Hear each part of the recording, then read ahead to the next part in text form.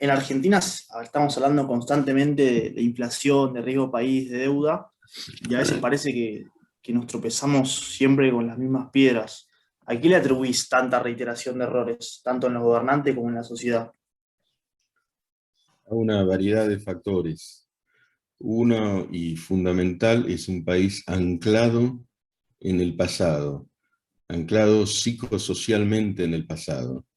Es muy difícil encontrar una sociedad en la mayor parte de los países del planeta que esté discutiendo un liderazgo surgido en 1945. Vos en Brasil, que tiene innumerables problemas diferentes, nadie habla de Getúlio Vargas.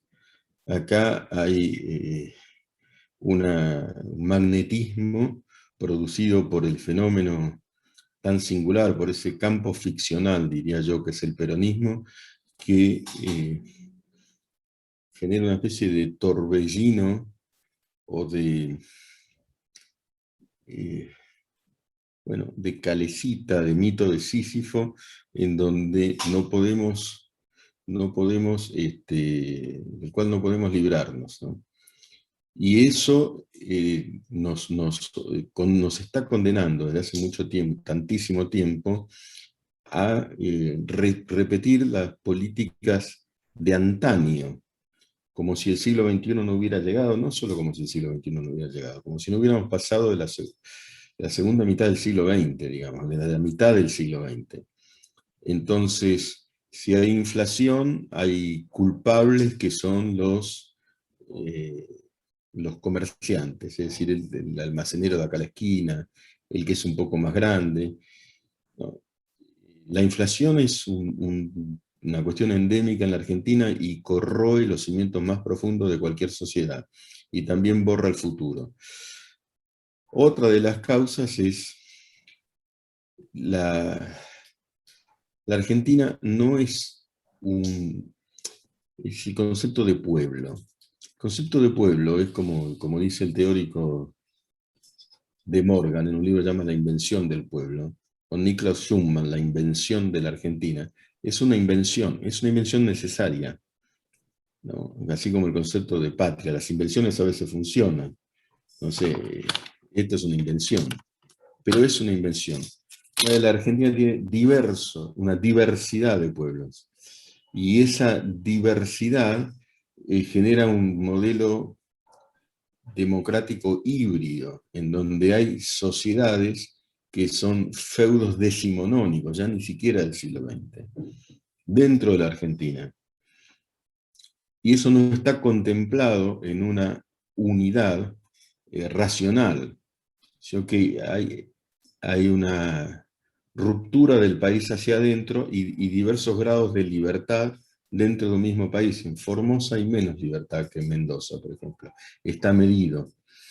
Y eso es un problema que te descoyunta una sociedad. Ese es otro grave problema que tenemos, ¿no? Bueno, y después las circunstancias más actuales, vinculadas a lo que yo ya denomino un postpopulismo, o en términos míos, una postnormalidad, que es una anormalidad ultra, que tiene que ver con la vigencia de un fanatismo en un segmento con mucho poder que soslaya todo dato de la realidad. Se vive en una irrealidad y en una narración que no tiene que ver con lo que ocurre, entre otras cosas, ¿no? Acerca de ese tema, yo te quería preguntar, cada vez más se escucha a periodistas, intelectuales, decir que la agenda de los políticos es totalmente lejana a la realidad que afronta la sociedad, ¿no? Y por eso te quería preguntar si crees que la famosa grieta entre ideologías partidarias, de alguna vez tapa o oculta esa grieta entre los políticos y la gente, ¿no? Está en crisis el sistema de representación política. Entre otras cosas está en crisis, no hay que generalizar, no todos los políticos son iguales, pero digamos, el poder político, es decir, los políticos que están en el poder, han ido tomando una distancia cada vez mayor de los problemas reales. Entonces todo es un simulacro. Me explico, con un ejemplo cotidiano. Yo vivo en la capital, pero soy anfibio, digamos, tengo parte de mi vida en el conurbano. Ayer tuve que ir, está mi madre internada, perdón por una anécdota autorreferencial. En el conurbano hay un simulacro de cierre, está todo abierto. Entonces, hay un discurso, está todo abierto, ¿eh? Así como les digo. Ayer recorrí 100 kilómetros por el conurbano. Después, para ingresar a Capital tenés el checkpoint. Pero digo, hay un discurso, cerramos todo, y hay una realidad que no cerramos nada. Entonces, esa esquizofrenia, es esa bipolaridad, no quiero ser psicologista, pero lo estoy siendo, pero bueno, tratando de encontrarle una vuelta psicosocial al asunto, genera esos mundos paralelos, ¿no? Y además resta credibilidad, obviamente, a la política. Vos decís lo que quieras, nosotros también vamos a hacer lo que querramos. Ese es un punto. El otro punto es que no se resuelve ningún problema. Yo hace un año fui a la Villa Azul a cubrir solo, me desperté una mañana para mi columna del diario Clarín, me fui a la Villa Azul. Hace pocos días, pasó un año, yo no me acordaba, fue mi hijo a la Villa Azul. Está igual, o peor. No se resolvió ningún problema. Estoy en una sociedad que no resuelve ningún problema. Y eso, digamos, no lo resuelve porque también hay una creencia de que el Estado habrá de resolverlos. Pasa que el Estado está colonizado por un modelo político que se constituye en clase política, que defiende sus propios intereses. Es una generalización, es una clase que defiende sus propios intereses y que distribuye ideas. Fíjate, yo cito a Marx para esto. Para Marx las ideas dominantes son las ideas de la clase dominante, y la clase dominante es la clase política. Distribuye ideas, palabras, narraciones que no se corresponden con la realidad. La Villa Azul en Quilmes, que fue cerrada hace un año, que es realmente un sitio arrasado por la pobreza y la enfermedad, fue objeto de promesas a granel de la política. Está todo igual o peor, yo creo que está peor. Bueno, esa distancia pone en algún lugar en crisis el sistema político, en otro lugar lo perpetúa. Uno se acostumbra, increíblemente, el ser humano se acostumbra a la irresolución. ¿Sí? Hay como un proceso de sonambulismo social, ¿no? Circulamos, ahí está esta villa, está la otra, la otra, la otra, no se resuelve y no pasa nada. Y pasa todo, ¿no? Hace unos meses te escuché hablar en La Nación Más, Sí, hablando de un concepto que creo que tiene mucho que ver con lo que estás diciendo, que era, o le pusiste el populismo psiquiátrico, sí. y hablabas de esta realidad alejada de la sociedad, de las contradicciones que hay en su propio discurso, de la obsesión por el poder, y el desligamiento de las responsabilidades, que eso lo vemos, digo, en cada discurso de Alberto, eso se ve a simple vista en nuestros funcionarios. Ahora, ¿cómo crees que esto le pega a la gente? Porque hay gente que los vota, hay gente que no los vota, a cada uno le pega distinto y, vamos, ¿a qué se debe esa diferencia? Mira, Juan, hay un tuit de Alberto reforzando esta idea que sostengo, por cierto, del populismo psiquiátrico. Hay un tuit de Alberto de hace 3, 4 años en donde dice: el silencio frente a Venezuela es complicidad. No lo digo literalmente, lo estoy parafraseando, pero dice eso.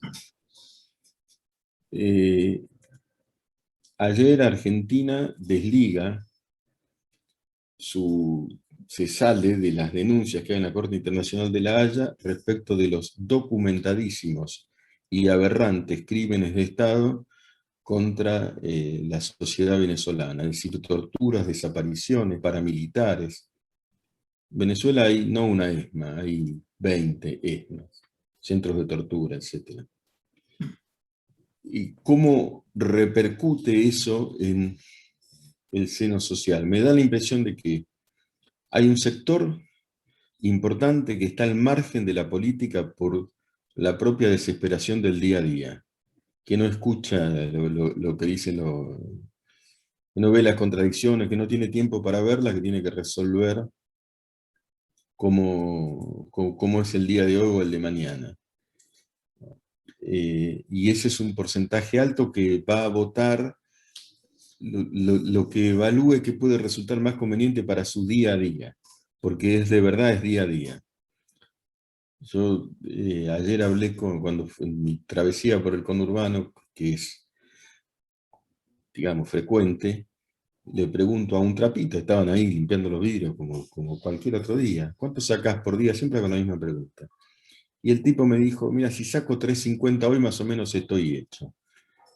3.50, ¿y para cuánto te alcanza? Para nada, maestro, qué sé yo, pero es mejor 3.50 que nada. Entonces, ahí tenés un sector al que vos preguntás cómo le pega. El día de la votación dirá, a ver si yo con este mañana me regala 50 más, ¿viste? Ese es un sector.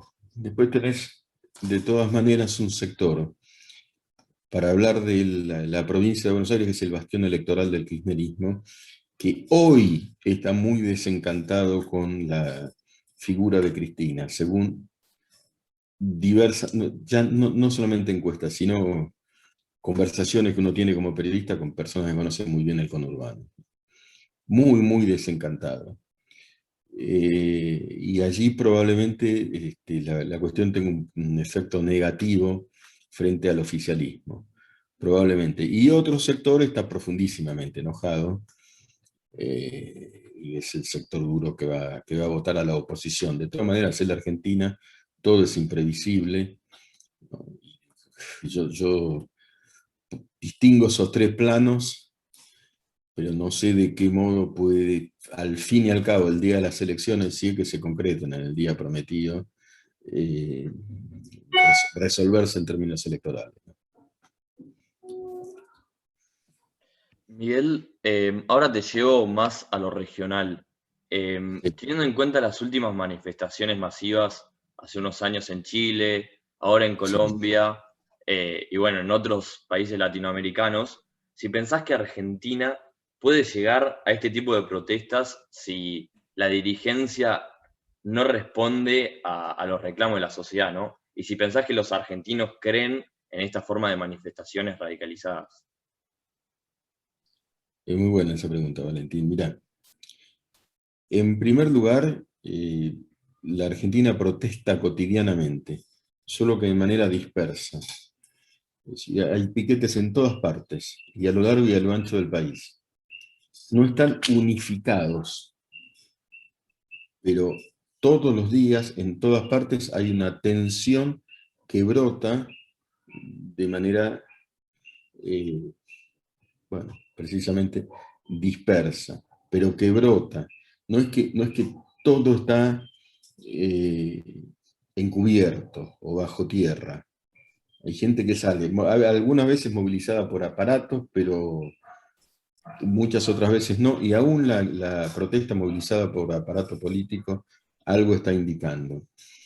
El, tenemos que, la región es análoga a sí misma en muchos aspectos, pero también es muy diferente. El caso Colombia tiene una tradición de una cultura política muy, muy vinculada a la violencia social, la FARC, la guerra civil. Quien conoce Colombia ha visto una sociedad militarizada como muy pocas, con el condimento nefasto de la intrusión de Venezuela en sociedad con la FARC también, y yo te diría, agentes no formales del neomadurismo operando en Colombia, y también por una ineptitud del oficialismo. Ahí las cosas acá están siendo comunicadas parcialmente porque las cosas no van bien, pero también es cierto que los manifestantes, yo tengo alumnos colombianos, una de sus tácticas ha sido la de quemar vivos policías, por ejemplo. Es bien complejo el asunto, ¿no?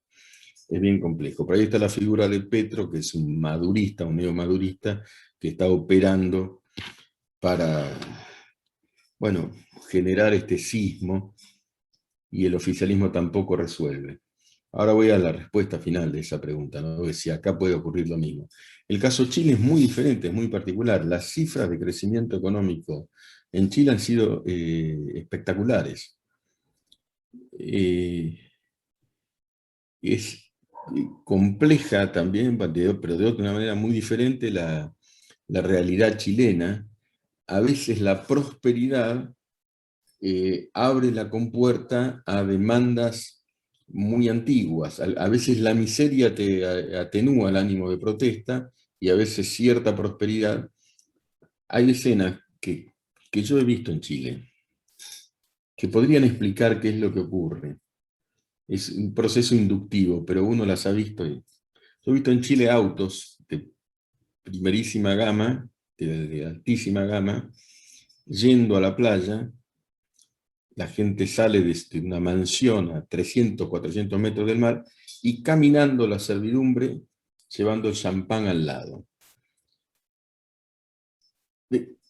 Esa estratificación de la sociedad chilena, aun cuando en general les haya ido mejor, de pronto brotó y generó esta protesta radical que no sabemos en qué puede concluir. Prima facie, la ciencia política indica que la ruptura del sistema de partidos políticos nunca deriva en algo bueno. Ahora, respecto de si en la Argentina pudiera ocurrir una protesta unificada, radicalizada, violenta, etcétera, puede ocurrir. Puede ocurrir por el crecimiento por la inflación, por la desvalorización del trabajo de todo el mundo, por la corrupción, que genera una enorme irritación. Puede ocurrir. Si puedo afirmar que esto va a ocurrir, no lo sé, es imprevisible, porque como digo, la Argentina es muchos países en uno, ¿no? Y a veces en las provincias más oprimidas es donde menos protestas hay. Yo escribí un libro sobre la corrupción en San Luis en 1995. Es atroz. La corrupción en San Luis es atroz. No hay ningún milagro puntano, la miseria es igual que en todas partes. Ahora mismo está completamente sobrepasada la terapia. Inauguraron un hospital, Carla Bisotti y Santiago Cafiero, que costó 10.000 millones de pesos y no existe, hace 20 días. No funciona. Hay protestas, pero siempre gana Rodríguez Sá. Y lo mismo con Gildo Infran.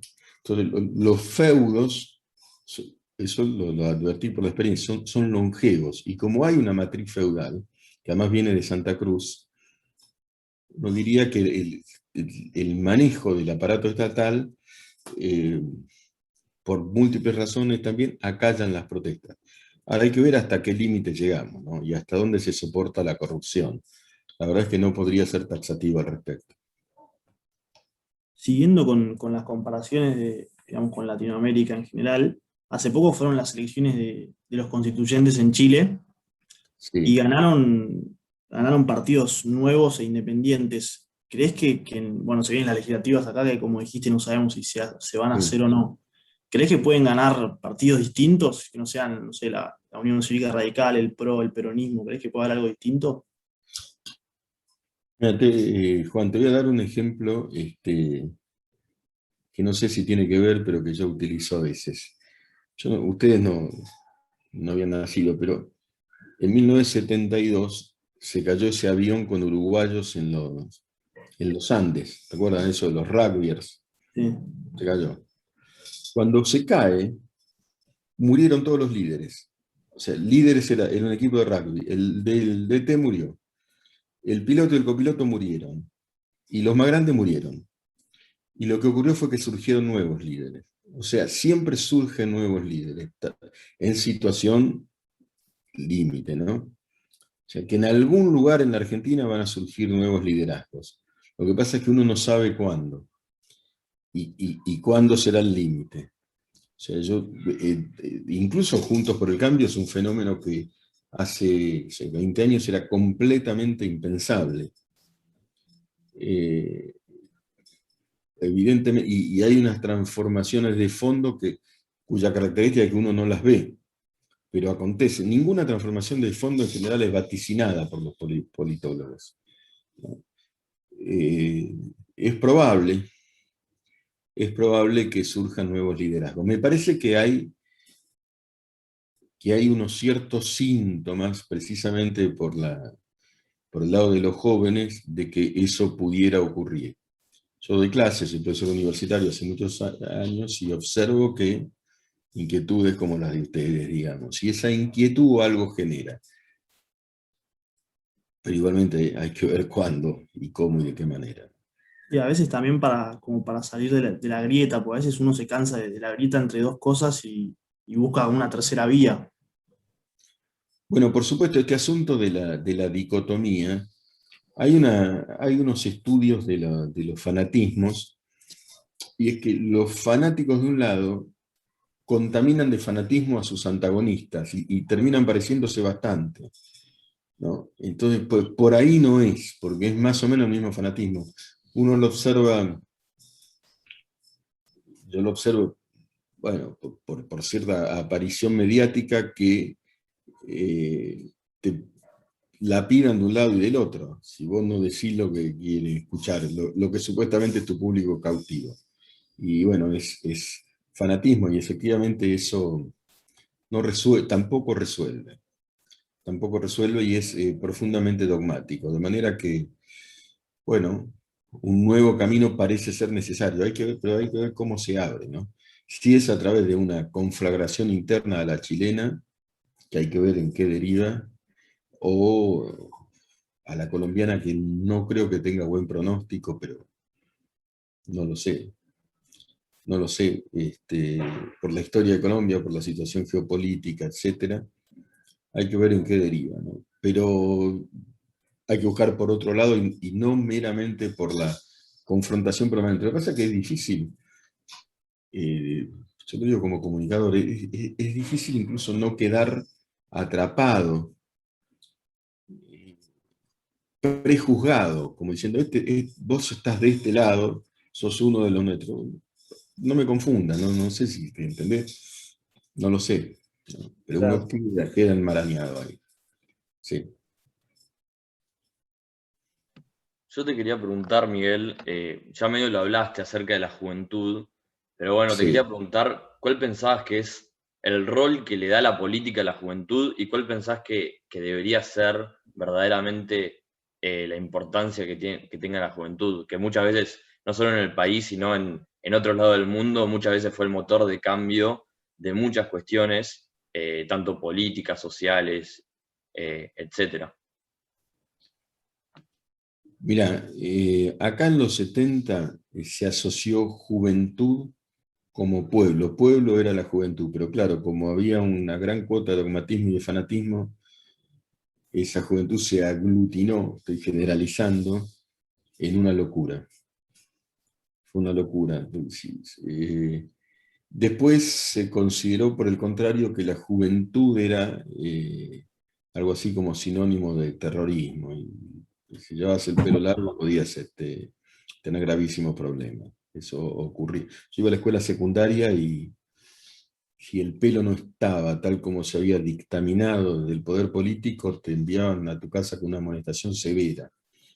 Otra locura. Estoy hablando de adolescencia. La, la juventud me parece que debe desligarse de la aparatología política tradicional, que tiende a adoctrinar, por propia naturaleza tiende a adoctrinar. De desligarse para poder pensar además. Después desligarse, porque es así, porque no hay aparatología política que no trate de transmitir su propia genética.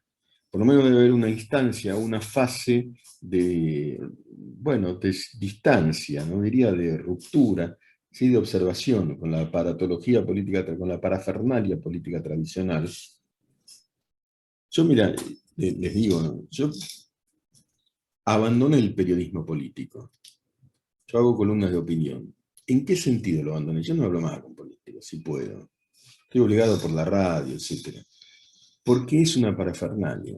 Porque la verdad es un consejo del gran periodista polaco Ryszard Kapuscinski, es un tipo al que conocí.